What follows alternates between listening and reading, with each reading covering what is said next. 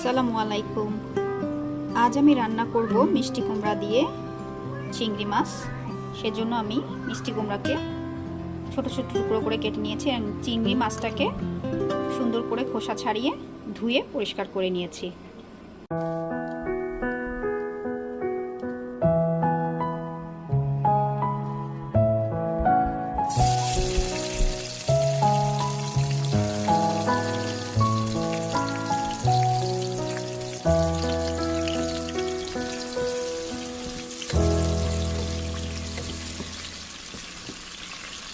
পেঁয়াজটা একটু লাল করে ভেজে নিয়ে তারপর আমি এতে আদা রসুনের পেস্ট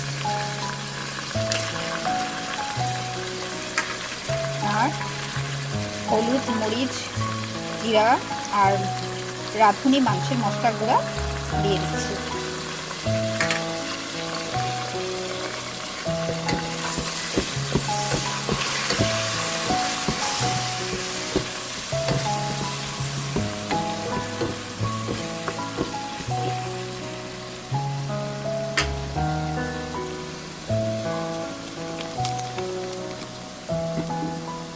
সামান্য একটু নেড়ে নিয়ে আমি এখানে একটু পানি দিয়ে দিচ্ছি। তেলটা উপরে চলে এলে এই পর্যায়ে আমি লবণ দিয়ে দিচ্ছি।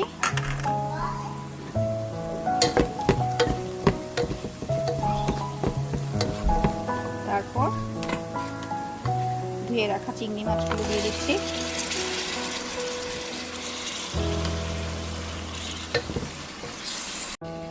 চিংড়ি মাছগুলোকে কিছুক্ষণ কষিয়ে নেওয়ার পর আমি একটা বাটিতে তুলে নিয়েছি। তারপর ওই মশলাতেই আমি কেটে টুকরো করে রাখা মিষ্টি কুমড়াগুলো দিয়ে দিচ্ছি।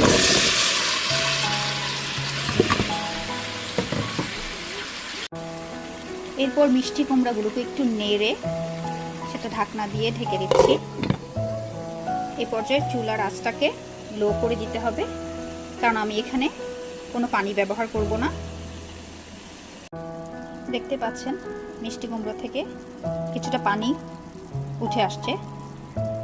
এর মাঝে আমি শুধু হাতলটা ধরে একটু নেড়ে দিয়েছি। এই পর্যায়ে আমি কোনো চামচ ব্যবহার করিনি, কারণ চামচ ব্যবহার করলে মিষ্টি কুমড়াগুলো ভেঙে যাওয়ার সম্ভাবনা থাকে।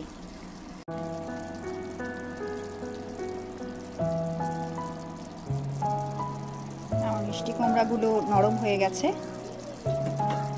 এখন এখানে আমি চিংড়ি মাছগুলো দিয়ে দিচ্ছি।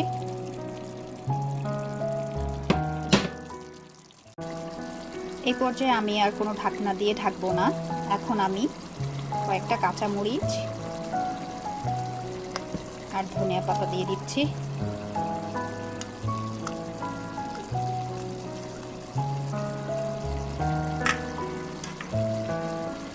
কিছুক্ষণ এভাবে রেখে তারপর আমি চুলার আঁচ বন্ধ করে দেব। তৈরি হয়ে গেল মজাদার স্বাদের আমার খুব পছন্দের মিষ্টি কুমড়া চিংড়ির তরকারি। আজ এ পর্যন্তই। সবাই ভালো থাকবেন। আল্লাহ হাফেজ।